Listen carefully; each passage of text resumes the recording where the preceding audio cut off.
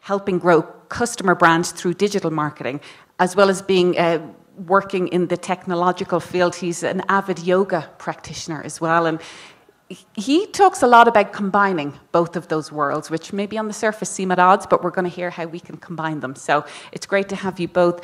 Nick, I'm going to start with you because your new book really takes a look at what you call the philosophy of Silicon Valley and maybe the culture there. And the title of today's talk is Brave New World, the Digital Future. You write in your new book, Utopia's Creepy, that what you want from technology is not a new world. What exactly do you want from technology? As I was writing the book, I was trying to clarify my thoughts about technology in general. And by technology here, I'm talking broadly, not just about what we call technology today, computers and stuff like that, but what is good technology and what is not so good technology. And I think what I want from technology are tools that I can control, that I can use to explore the world, to make sense of the world, to enjoy the world. And what I don't want are tools that become a technology that kind of surrounds us. And I think that more and more is what we're living in today. So, you know, if the theme of this session is about the digital future, I would say, well, I don't want that future. I think we have enough digital present, and now we have to figure out, as we move forward, how to draw boundaries and how to draw lines between our gadgets and our software and our apps, and to figure out a way to transform technology from this media environment that we currently live in. And certainly if you just look around you, but also if you look at behavioral research, you know, the average person with a smartphone is looking at it 100 to 200 times a day, which is every couple of minutes. And it's often the very first thing they look at when they wake up and the last thing they look at before they go to sleep. So we already have created this new world for ourselves, and I don't think it's necessarily the most, the world best suited to our needs and our desires and getting fulfillment out of life. So I think we need to begin to think very critically about the technology, not reject it, but figure out how to transform it back into a set of tools that we control and that work for our best interests. And does that need to happen on the consuming end, or does that need to happen on the production end, the big tech companies that are producing these apps and the software and the technology? Well, and I'm getting nervous since I have a gentleman from Google next to me. Yeah. I'm waiting to fight back. It's got to start with, if we're going to take control back, then it has to start with us. It has to start with the user. Big tech companies, and this is a big change in the computer industry that happened around 2005. Companies like Google, Facebook was new then, Google was pretty new then. They started making money by collecting information about us and feeding us advertisements, not by selling software or computers, as most computer companies used to make money. And at that point, even though they might have the best motivations, and I don't doubt Google's good motivations, Facebook, not so sure about, but what happened is that it became their interest to keep us glued to the screen and doing as much through the screen and through computers as possible. That's how these companies collect information from us. That's how they show us ads. This is key to their financial well-being in their profits. So I don't think the change is going to come from Silicon Valley. I think it's going to have to come from us.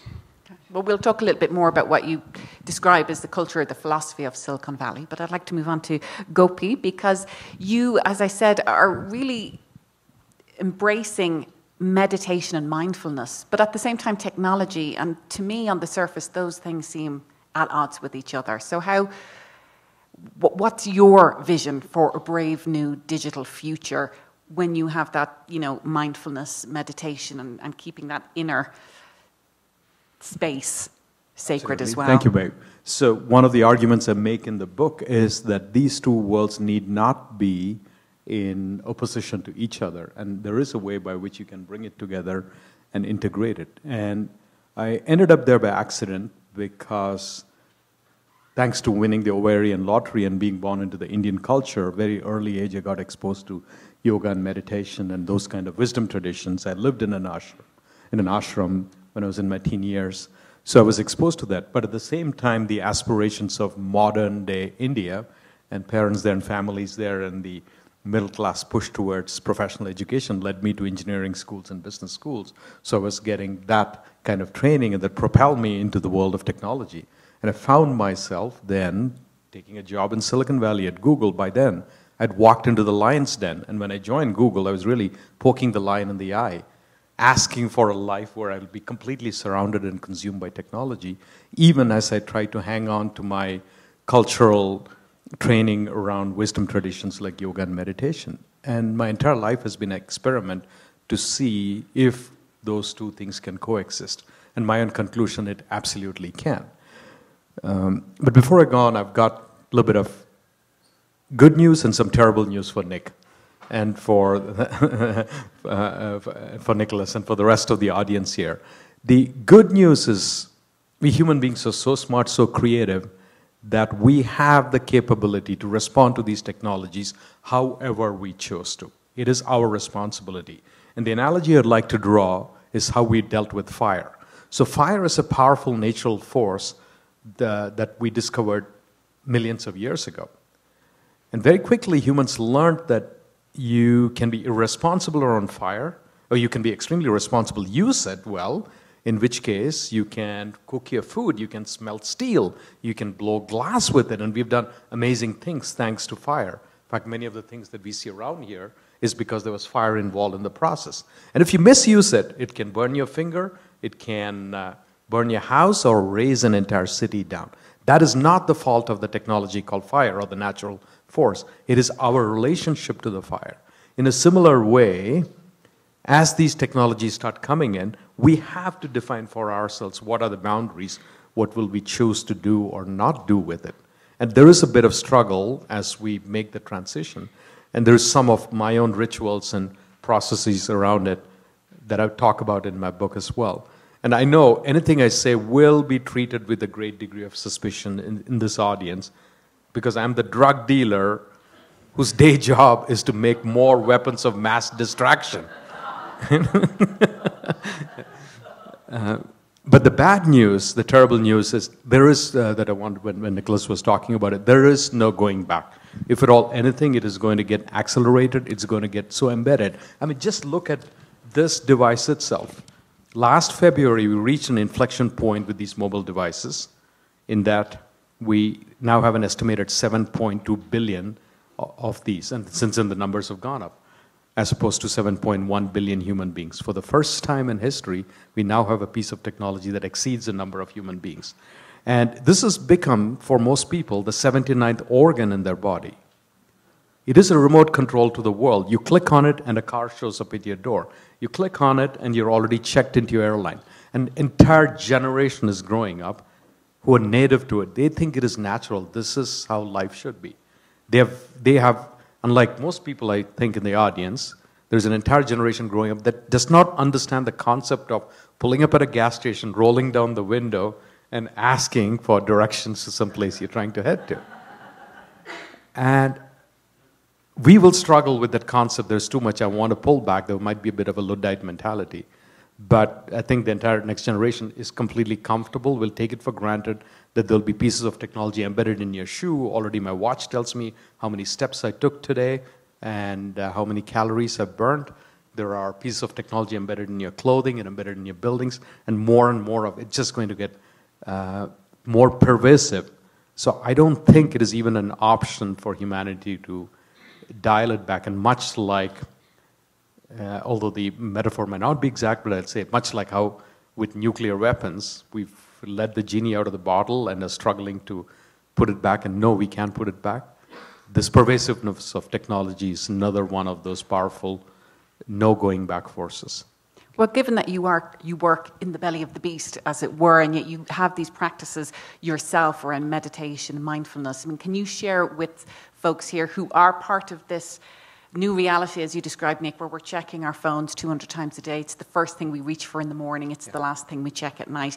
What do you do personally to try and keep some inner space and inner peace? Absolutely. So even as me and my cohorts and my colleagues are fascinated by the next piece of technology that has artificial intelligence by cars that can drive themselves, which are all part of reality now, contact lens that go into the eye that monitors your blood sugar level if you have diabetes. And all these are not fiction, but real things that my colleagues have made around me. It struck me that the most important technology that all the 7 billion human beings have access to is right here. Our brain is still the most sophisticated technology known to humankind. With all the artificial intelligence machines, we barely come close to teaching it the kind of things human brains do when you learn a new language. When a 2-year-old is taken from Denver and put in Beijing, the rapidity with which they'll pick up language constructs, all of those. So this is the most important technology. Not only that, our entire life experience, the food we eat, the digestion process. If you're trying to make sense of this conversation from this stage, if you're reading one of Nicholas Carr's book and trying to comprehend it, if you listened to Rajasthan Josh yesterday and enjoyed the music, all of that is processed by this inner technology. So it struck me, Maeve, that the quality of our life is really the quality of this inner technology. And if we keep this in a state of peak performance, then how we express ourselves, how we experience every aspect of life becomes dramatically different. And we all know it. On a night, we got a good night's sleep, woke up early, went for a walk, had breakfast. All of a sudden, the leaves look greener, the birds are singing sweeter, and the breakfast tastes better because the quality of this technology is higher.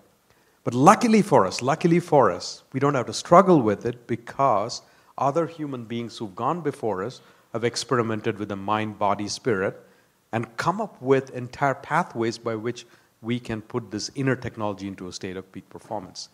And yoga and wisdom are two that I have adopted, but there is music, there is so many traditions in every culture, from what food you ingest to what kind of physical movement connected with your breath that you practice. Chinese cultures, Native American cultures, many, many societies in Europe have all figured this out. So that's what I talk about, saying you need to align your inner using these wisdom traditions, and then you will have the discernment, or in Sanskrit we call it viveka, to know how to deal with this kind of technology and draw the lines and make your own decision around it. But do you personally turn off your phone, take days where you just aren't digitally connected? Absolutely, absolutely. Even in fact, this morning, given all of the travel I've been doing and late last night after the performance, I felt I needed to connect with my inner technologies. And therefore, one thing I did is I made sure I turned the alarms off and slept till my body naturally woke up. 9 hours later, I was not embarrassed. The sun was already streaming through. And then I sat and meditated. And then I did a bit of yoga and I went for a swim. I felt I needed to do that grounding so that I can show up on stage in a much better frame of mind where I can be fully present. And in the midst of it, I might have dealt with only 20 minutes of this technology.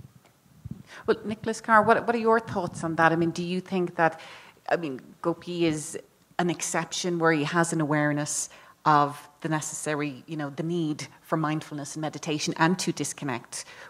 Or is the reality most people don't do that and that they're constantly switched on? And we're hearing more and more research being done on what's happening to our brains when we have that level of connectivity. Right.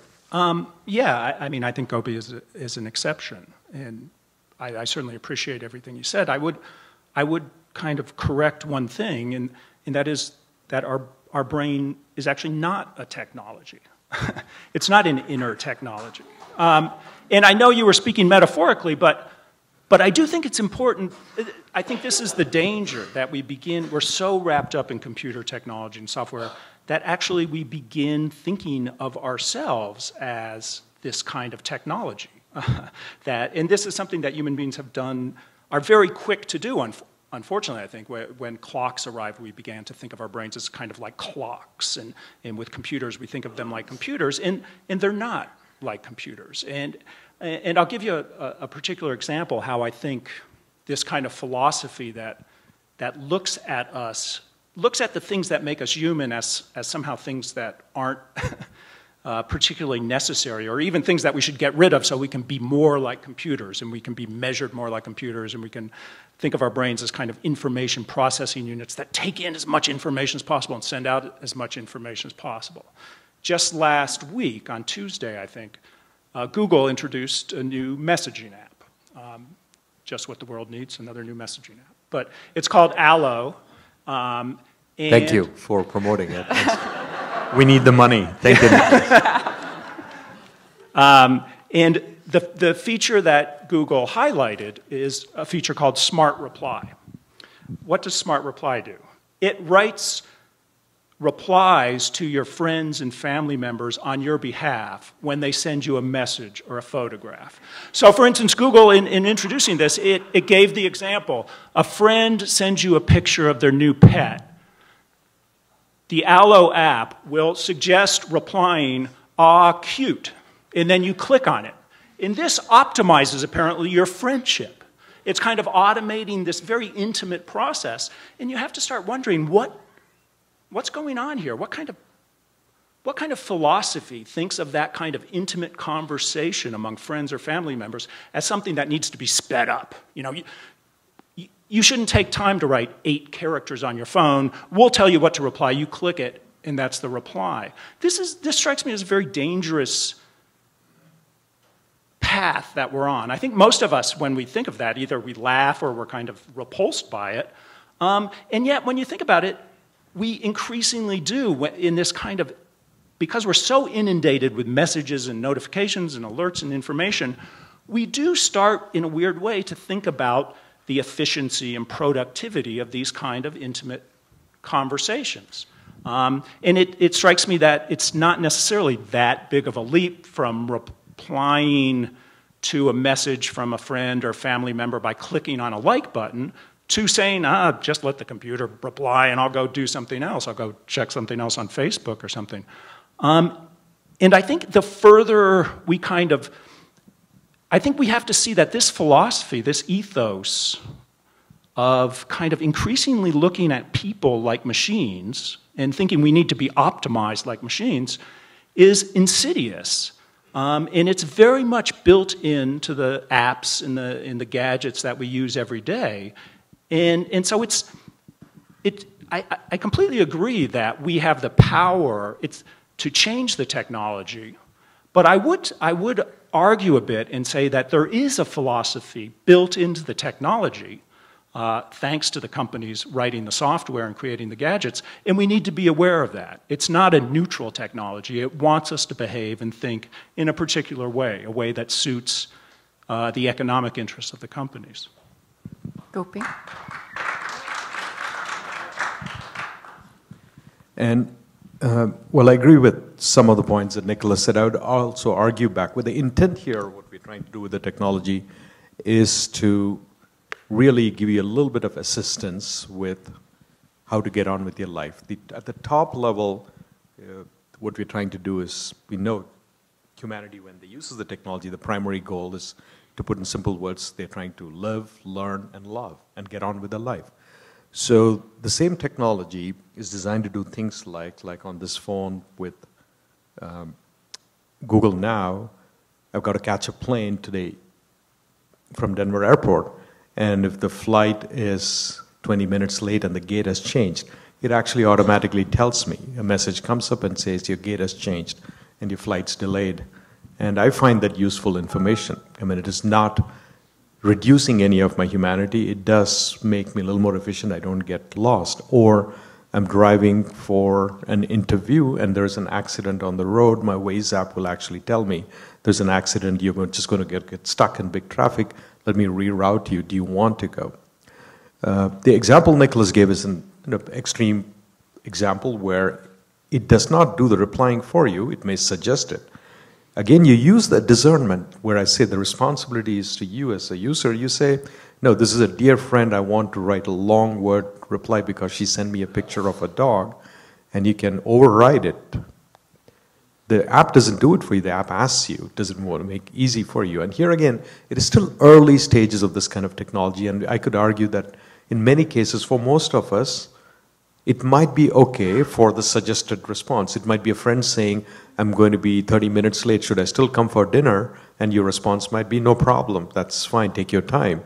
And if the system has typed it for you and you just have to say, yeah, send that response, that could add to the quality of your life. But ultimately, it's up to you, and it's all by trial and error. We'll figure this out. None of this that you see today you have to say yes to, right? Over a period of time, you constantly keep evolving. But the core intention is, can we make the quality of your life better? And if it is erring too much, like Nicholas is saying, over-indexing on just being efficient and forgetting the human thing, then of course we've gone too far and we need to course correct at that point. But we have the capability to course correct, is how I would argue. Just one more point to and I don't want to just pick on Google. And I agree that there are many tools that are made that are very helpful in many different circumstances. But let me read you something Mark Zuckerberg, the CEO of Facebook and founder of Facebook, said just recently. He was having a Q&A session on Facebook online, and he expressed his personal belief that, and I'll quote this, there is a fundamental mathematical law underlying human social relationships that governs who and what we all care about. This is the guy who runs the world's social network, and he thinks that under everything we do, there's a mathematical law that he can figure out, and thus everything we do will be predictable. And again, this is an expression of what I think is, you hear it and you say, that's bizarre. But I really do think that this is another expression of what's become the dominant Silicon Valley ethos, that we are kind of, if we just stripped out all our emotions and all our flaws and all our foibles, we'd find that we're actually data objects. And wouldn't that be a relief? Because then we can be programmed perfectly. And as I say, I really think we haven't. Silicon Valley is great at technology. Up till now, though, we've kind of granted them a huge amount of control over things that they're not very good at and not very thoughtful about. Personal lives, social lives, culture. We need to claw some control of that back and say, thank you for the apps, thank you for the gadgets, but we'll take care of culture and society and our own lives ourselves. And we don't need this kind of reductive philosophy imposed on us. Well, I wanted to ask Gopi, what type of self-analysis, or does any of this happen at companies like Google when new technology is, somebody develops a new app, particularly around the interpersonal communication things, because I think that seems to be what riles people. I think everyone's delighted to get a notice that there's traffic ahead, so take another route. That's a fabulous use of technology. But when we're seeing it really not get in the way, but getting into personal communication, a very interpersonal level, is there self-analysis done just because we can do this? Should we do this? Yeah. And before I respond to that, I just want to respond to one of the things that Nicholas Carr made here, saying that these technology companies have taken over determining what culture is and behavior. And this is where I think there might be an undue burden being placed on the industry. So I'll give you one example of that. If you look at a platform like YouTube, it's become one of the most pervasive online video views platforms. Staggering, right? It's only 11 years old. And just to give you one piece of stat to illustrate that, the amount of video that gets uploaded every single minute is 400 hours worth. So let me put that in context. By the time I finish speaking this sentence, all the videos that is just getting uploaded by humanity will take 400 hours to view. So all we've done is create a platform and then let the rest of the world decide what they want to upload, what they want to watch. So we are not determining the culture there. The most watched video in the history of the platform, with 2.4 billion views, is a Korean pop video called Gangnam Style. How many of you watched it? So we're not asking you to watch it. You've decided that you want to watch it as part of your cultural expression, even though it is in a language that you may not even understand. That's what I mean by it's really the humanity at large then deciding a lot of these cultural trends and what should rise up to the top, etc. And we're just sort of, in a way, documentarians of that whole process. But going back to Maeve's question now, so what sort of thoughtfulness goes into it? And I would agree with Nicholas, that ecosystem, that industry, to a large extent, people who work there come from very right-brain, computer science, PhD, math kind of backgrounds, and that is their thinking. This is what they're most used to. And I might be a bit of an exception for wanting to spend more time, again, with mind, body, spirit kind of modalities, etc. But I'm not the only one. There is quite a few people also tilting in that direction. But what sort of thought goes into it? Well, it starts with internally trying to understand as a group of humans, even though it might be a little skewed, but we spend a lot of time really trying to understand what the people who actually use the product, how they use it, what they want. So just one tiny example on any one of these technologies that you'll see an app or so, at least the ones that are come out from Google, there's one button called product feedback where anybody can go and give feedback saying this translation thing didn't work or something you are not happy about with some aspect of maps. And we read every single piece of it because that's the only way we get some signal as to whether this is resonating with you or not. So we pay enormous amount of attention. Every Monday the meeting starts with reading through what came in last week. We spend hours of time poring over every single piece of feedback. The other thing we do is a lot of watching how human beings respond around these applications. And it could range from putting you in front of one-way mirrors where we can watch you and you cannot see us in a laboratory setting with your permission. And then we just observe how are you playing around with this app, what do you click with. And then there's also a lot of data that we can see in terms of eye tracking and when we put a list of information or videos, what do you usually choose to watch? So we get those kind of signals. All of that is analyzed in the hope that they'll give us some clues as to what is right or what are people choosing. So underlying all of that, the philosophy is wisdom of the crowds will tell us what works well, what does not. You spoke there about the most watched YouTube video ever, you know, and the fact that we get to choose whether I'm going to spend 5 minutes watching this cute kitten, you know, dance with the duck or whatever. Yeah.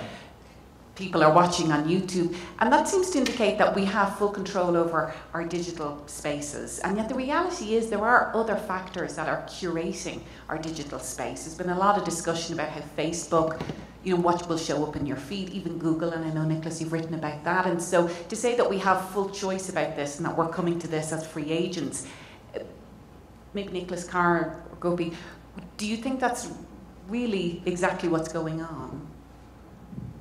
I don't in all cases. I mean, certainly there are plenty of cases where Google, for instance, does just bring together a lot of information and then we can make our own choices. But there's more influence being exerted than I think that gives Google or Facebook or other companies credit for. Think about, for instance, the Google search algorithm. Central to the company, brilliant innovation, at least early on. This is an algorithm developed by people at Google that more and more determines the information we look at when we're searching for anything, pretty much. We have to understand that Google uses certain criteria to rank the information we look at. And we know that the average person won't go beyond the first 3 search results. So this is really a lot of control over what we look at. And if you look at those criteria, there are things like recency. Google gives priority to more recent information rather than older information. Popularity. The original thinking behind the algorithm was to figure out what information gets a lot of links, what's popular, and then that rises to the top. And more personalization, feeding back to us stuff we want, reflecting our biases. Now those are a good way to rank information. And I, like I'm sure all of you, find it very, very useful. But we're mistaken if we think that's the only way to rank information. There are very good ways to rank information that would be based not on recency, but on stuff that stood the test of time. Not on what fits our existing personal bias, but on what challenges our personal bias or personal experience. Not what's popular, but what's the highest quality. And yet when we go and Google things, we never think about that. We think, oh, Google tells us this must be the best. So that is a simple example of the way the algorithms actually do exert influence over what we look at and ultimately, I think, what we think about. And as you mentioned, Facebook has its news feed. For many people now, it's the major way, for some people it's the only way, they are exposed to news. Facebook also has an algorithm. We don't know how it works. It's very mysterious. And certainly there are probably good sides to it, but I would guess that Facebook is also interested in things like keeping us on the Facebook site as long as possible and making sure it optimizes the revenue we provide to Facebook. So these algorithms aren't neutral.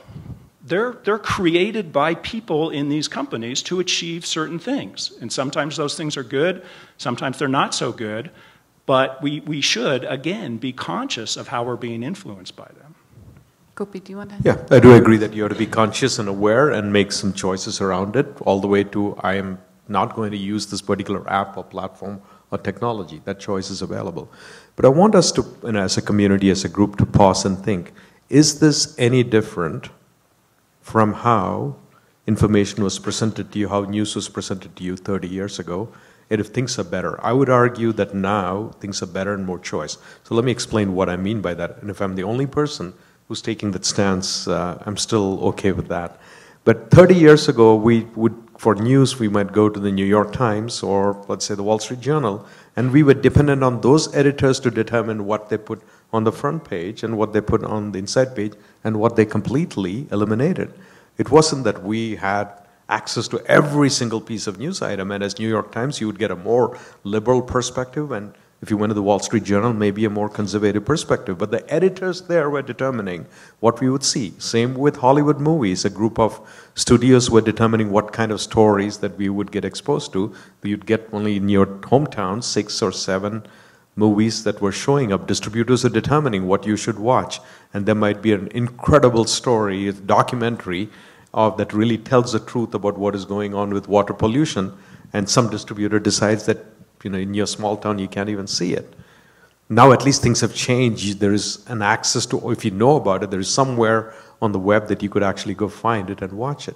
What has changed, if you look at news, like if you go to any news site, and I don't want this to be just a conversation about Google and its products, but something like Google News, the beauty of it for me is that based on, like Nicholas said, certain signals and algorithm, what is most popular, what people have indicated their personal choice settings, we surface a particular version. So on the same topic, you might see the Washington Post version of that particular topic.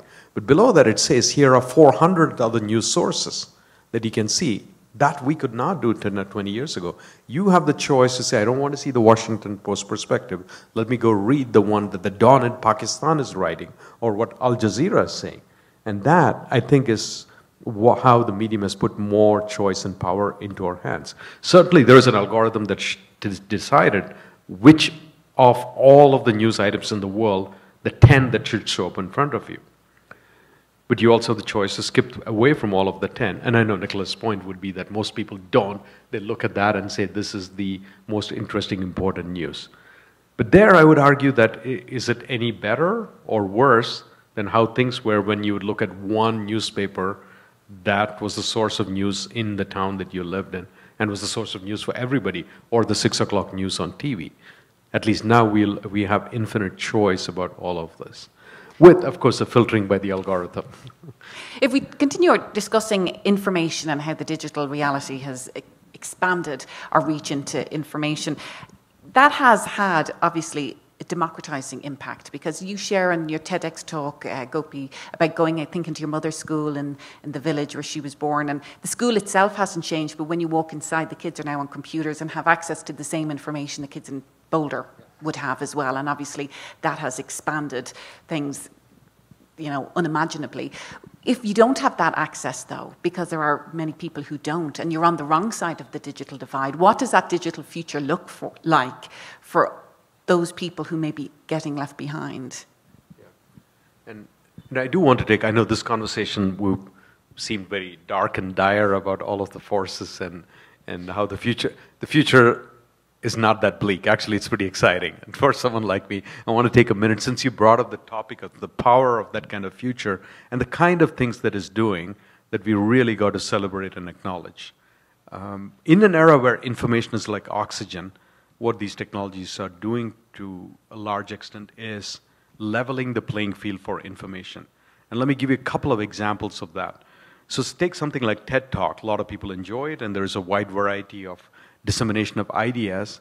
And if this was the year, say, 2000, the only way you and I could have experienced a TED Talk was to be invited and go to Long Beach or Monterey initially and pay $8,000 to do it. But now, all of the talks are freely available. We can be in any part of the world and enjoy the talks. Not only that, most people in the world interact with this kind of information not in the English language. And that barrier has also gone away because these talks are auto-captioned and the technology is doing it and it translates. Not perfectly, but still you get the gist of the idea. And you can watch many of this content in 160 different languages in Croatian, Gujarati, and Bahasa, Indonesia. That's what I mean by that access to information that's really changing how all of humanity gets access to. Or let me give you another example. In the era of the Beatles or Michael Jackson, the only way, if you are some kind of a musical talent, but you were from a small town in America or somewhere in India, you needed to have some connections with the music industry. You needed to know Clive Davis in person before you could get a break into that industry. But now there is all of this art that has emerged in the field of music. YouTube stars like Tay Zonde and others who just could not have propagated their art, but now the platform allows them to do it. And you could be based in a small town, not anywhere in New York, but if you have musical skills, you could be the piano guys, you could be Lindsey Sterling with her dubstep violin, and you're a one-person music industry machine. And I think that is powerful. And my final example, and I keep watching all of this, I was in Nepal last year with a group from our company as well as another company. We were working on the issue of sex trafficking and how to use technology to try and see if we could address that problem, pervasive problem in Nepal.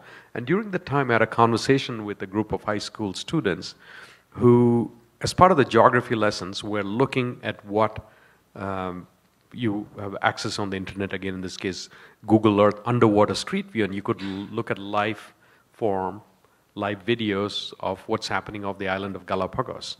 So if you're studying Charles Darwin and his theory, now we have a real sense. And it struck me that these kids have never seen the ocean. Their parents have never seen the ocean. They lived in a landlocked Himalayan country. The geography teacher has never been to an ocean. And this is the only opportunity to even understand what manta ray looks like by looking at that kind of images that come by. And we should not forget how that is really empowering lots of human beings who would otherwise not have had access to that kind of information. But the problem still is what Maeve was talking about. Only most of the world still does not have access to the internet. I know it's hard for us to believe. It is stunning. But much like there are a billion people even today without clean drinking water, which is completely unacceptable, only 2 billion people, 2.5 billion people have access to the internet. We all take pervasive internet for granted. So most of the world is separated from it. And if this does not reach them, this kind of access, the choice, you will fall further and further behind in how you live, work, and operate in this world. Whether it's finding a job or what you study, the kind of capabilities you have. Because I think this technology really expands your brain. It gives you, just giving you access to lots of wisdom, knowledge, etc. Whether it's learning a recipe or a cooking class that you get on the video, to accessing a piece of literature that you would not otherwise have access to. Nick, did you want to weigh in? Yeah, I think the digital divide is a problem. I think over time it will more and more get solved as the technology spreads and gets cheaper. There are other divides as well, economic divides and so forth, that might actually be harder to bridge, and maybe even at least equally important, if not more important. But I think most of us, including myself, do believe and can celebrate the fact that we have all this information readily available on the internet. I mean more information and easier access to it is generally a good thing, and certainly even dating back to thinkers in the Enlightenment, they celebrated anything that would democratize information. So I think so far so good, and all of us have benefited from it. But you also have to look at how that information increasingly is controlled, how power over it is shrinking into the hands of just a few very, very big companies. When the web first arrived, if you were around back then, all the rhetoric about it was it would democratize media, and everybody would have their own site and we'd all be free. Well, we've seen the opposite, that a very few companies now have the kind of chokeholds on this information. And we also have to look at how we actually use the technology. And this isn't just the fault of companies, it's also our fault, or at least our falling into routine kinds of behavior. So theoretically, having all this information would mean we all expose ourselves to a broader spectrum of views, we all think deeply about this information. In reality, I think it's very, very different. What we've created is an incredible distraction machine. And there's to me, thinking has two sides, and we used to always think about these. One was the process of gathering information about something you wanted to think about. It might be political, might be something very practical. And then the second stage was cutting off, backing away from the flow of information, backing away from distractions and interruptions, and actually thinking deeply about what you found. More and more today, we're throwing away that second side of thinking, the deep thinking, deep, attentive, concentrated thinking. And as I said, you can see this from behavioral studies of how people behave when they walk around with a smartphone. They're getting bombarded with little bits of information, but they're not stepping back, they're not turning off the flow to synthesize that information. And we can say, it's easy to say, oh, well, that's in your control, and there's some truth to that, but it also turns out that we, human beings, are information gatherers. If there's some new bit of information out there, we want to know what it is, and this is a very deep instinct, and if it has a social quality to it, then we really want to know what it is. And so we become compulsive, and I think a lot of us can see it in our own lives. You can certainly, if you walk down the street, you can see it. We become compulsive kind of gobblers of these little bits of information, and that leaves very little time, and it gives us no encouragement to go deep, to shut off the flow. So this technology taps into a very, very deep, and I think ultimately not very positive instinct. That means we get tons of information, but what we lose is the contemplative mind, the reflective mind, the ways of attentive thinking that until recently were considered the highest forms of thought. And I do think that a lot of the social media companies, they have lots of psychiatrists, research psychiatrists on staff. They know that this is our instinct, and they gear their services, and I'm not talking so much about Google now as other ones, they gear their services to make sure we're glued to the phone, we're pulling out the phone all the time, we're getting notified all the time. They're basically, it's not in their business interest for us to turn off the technology and think deeply, because as soon as we do that, they're not making any money. But, I mean, Gopi, this goes back to our the beginning of the conversation, where you talked about take that time to meditate, that they're not mutually exclusive. Mindfulness and technology are not mutually exclusive. I do agree with Nicholas, and very much so that the quality of, again, I call it technology, I'm willing to use any other, I had to use that word in order to be accessible to the audience that I was talking to. The way our brain, our body works is, it's extremely good when it's focused on one task for an extended period of time, but you make it jump to 6 different things, it falls apart. The quality of what comes out, the creative ideas, which is why in any form of peak creative expression, like you'll never see a cello player practicing with 2 TV screens, different things blaring, right? And while people sometimes argue back with me saying, oh, the next generation is quite used to it, they're wired to be different, I always ask them, if you really believe that people are becoming good at multitasking, if your surgeon said, if you had to go to get open heart surgery and your surgeon said, I'm really good at multitasking, I also like baseball in the stock market, so in the operation theater, I'll have 2 TV monitors on, would you go on the operating table? No. But we somehow think we'll be the first generation that can get by dabbling in all of these things. But if you look at most people, like Philip Stark, for example, one of the most cutting-edge creative designers in the world, lives far away from Paris in some remote area. He doesn't have any electronics. He doesn't even subscribe to any magazines because he wants that wide open space for deep, expansive thinking, and we absolutely have to do it. And even though I talk of these rituals, I struggle with it all the time. And I have to do things like turn things off, and actually long flights are joyful for me because I cannot be reached and nothing to ping, and international flights. Unfortunately, they've started introducing wireless into those also. So the last bastion of a little bit of quiet and spaciousness I got is about to be invaded as well. But I like that because it gives me time, and I actually deal with physical media. I don't watch one of the movies. I carry books with me. I take broadsheet newspapers. It gives me a great amount of joy. Because I find that when I read an editorial page, for example, an article or analysis that runs multiple pages, I do it much better in an old-fashioned newspaper. As soon as I try to read it electronically, the links distract me, and I said, oh, I did not know that. I've clicked, and all of a sudden, I'm looking at pictures of the Komodo lizard that somebody snapped when they were in Papua New Guinea. Yeah, it is a problem, and it is in complete contrast to